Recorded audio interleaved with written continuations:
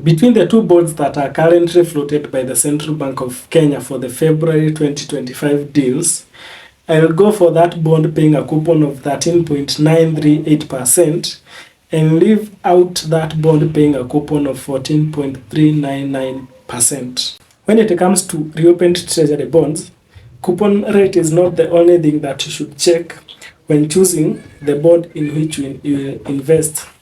A case scenario is the two infrastructure bonds that are currently floated by the Central Bank of Kenya for the February 2025 deals. We have two bonds, one paying a coupon of 13.938% and another one paying a coupon of 14.399%. An investor is very likely to run for that one bond paying a coupon of 14.399%. But I have a different opinion. There are some other things that you should check.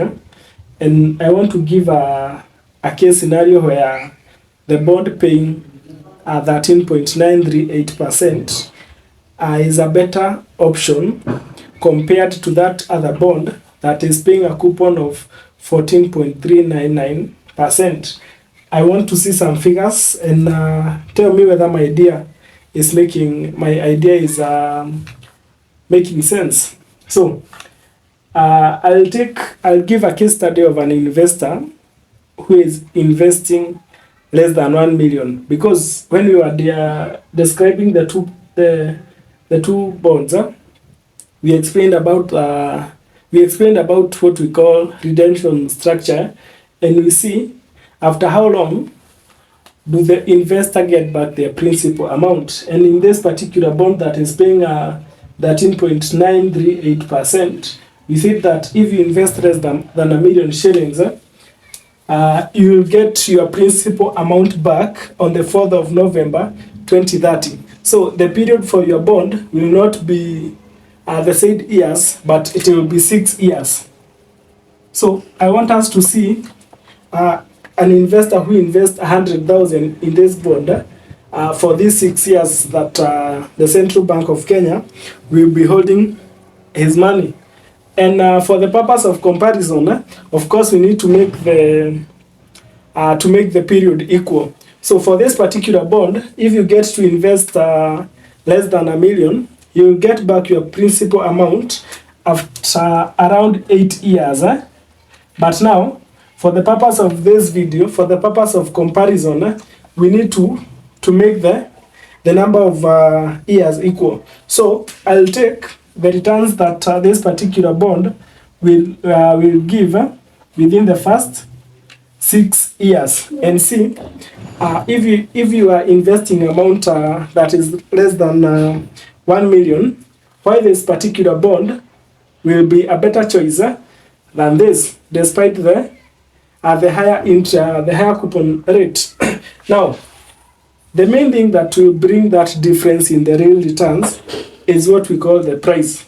As we have discussed in previous videos, when it comes to reopened bonds, you need to think about what we call the dirty price of the bond, because that is the actual amount that you have to pay. And according to the prospectus of the two bonds, the example of the yield that was given, and that is the most likely yield that will be used to effect those transactions, it was 14%. And at 14%, this bond paying a coupon of 13.9 had a dirty price of 103.3983. And at the same yield of 14%, this bond paying a coupon of 14.39% had a dirty price of 108.5290. So we are assuming that the yield for the two bonds will be 14%, and hence the price for this one will be 103.3, and the price for the other bond will be 108.52.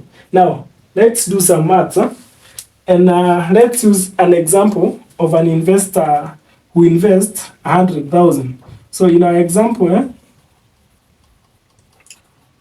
of Kenya shillings, 100,000. So let's see the coupon that this guy will get to receive from the Central Bank of Kenya for the time that he will be holding this bond. So the coupon is at 13.9380% times 100,000. So this gives us a coupon of 13,938 Kenya shillings. So, and he'll get this particular coupon for 6 years. So 13,938 we multiply by 6. So how much will this person have received in terms of coupon after the 13 years, after the 6 years? This will come to around 83,628. Then after the sixth year, this guy will receive back the principal amount, that is the 100,000. So he will have received an interest of 83,628. Then after the 6th year, he will receive back the 100,000. So in total, the money that this guy will receive from the Central Bank of Kenya will be Kenya shillings 183,628. Now, from this total amount that this guy will receive, 183,628, we get to subtract the initial amount that the guy sent to Central Bank of Kenya. We say that assuming a yield of 14%, the price of the dirty price of the bond will be 103.3983. So the money that this guy will send while investing 100,000 will be 103,398 and 30 cents. So we subtract the money that this guy used to buy that particular bond. So we subtract 398.3. So we see now the net return of that particular bond. So 183,628, we subtract 103,398.3. So the net return to this guy will be Kenya shillings 80,229.7. That is after the 6 years. Now I want us to get to the other bond and do exactly the same for the 6 years, because the time of comparison must be the same. So we are also using an example of 100,000.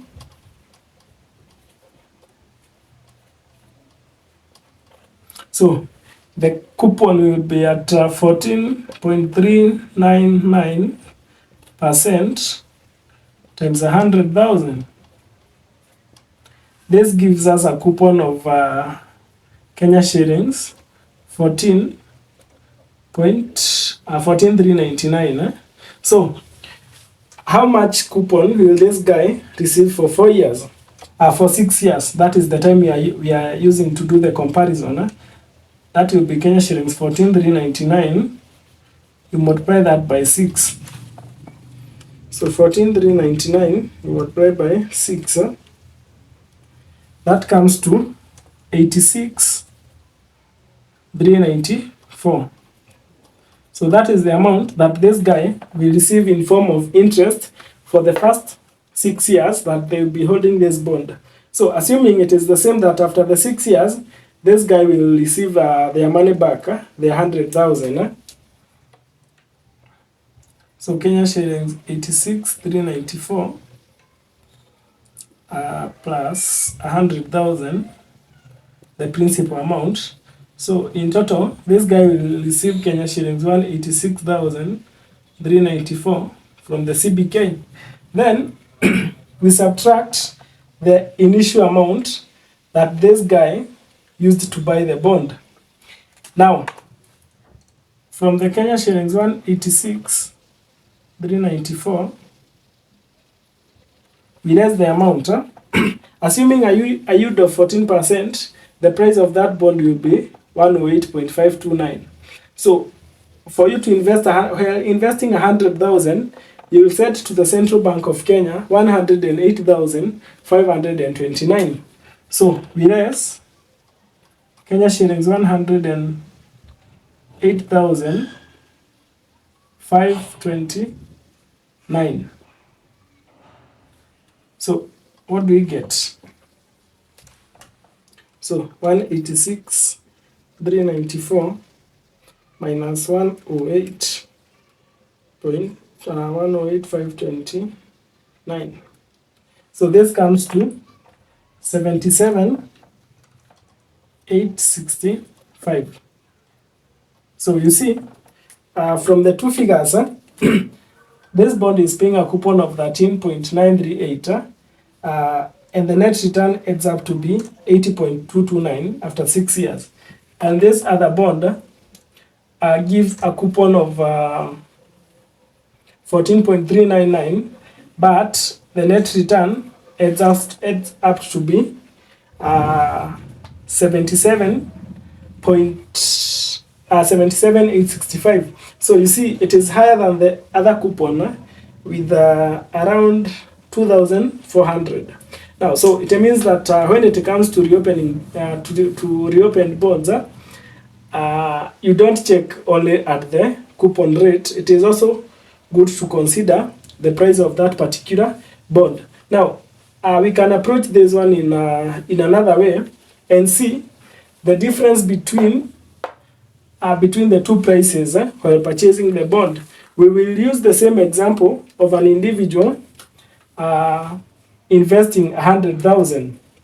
So this individual will pay for the bond, will pay 108,529. While this other guy will pay 103,000. This guy will pay 103,398. So what is the difference in the prices of the two bonds? 529 minus 103,398. The difference comes to 51.31. Then we check how much coupon is this paying per year more than the other bond. Now, this bond will be paying a coupon of 14,399 per year. 14,399 per year. While this other bond is paying a coupon of 13,938 per year. Now, what is the difference in coupon? So 14,399 minus 13,938. So the difference in coupon between the two bonds is 461 shillings per year. Now, you pay more. You will pay at the purchasing point. You will pay more by 5,131 for this particular bond, and this bond will give you an extra coupon of 461 shillings compared to this. So how many years will it take for you to recover the extra amount you paid for this particular bond? Again, is this bond. So it is simply take the difference in price, that is the amount you paid in excess for this particular bond, then you divide by the amount that you will be recovering per year. So 51.31, you get to divide that by 461. You realize that it will take you 11 years for you to recover the extra cost, the extra price you paid for this particular bond. So it is only after 11 years that this particular bond will be profitable more than this other bond. So when it comes to reopened bonds, don't just rush to checking the coupon rate, but consider the price of the bond. The coupon might be high, but the dirty price might also be high as well, as seen in these two scenarios.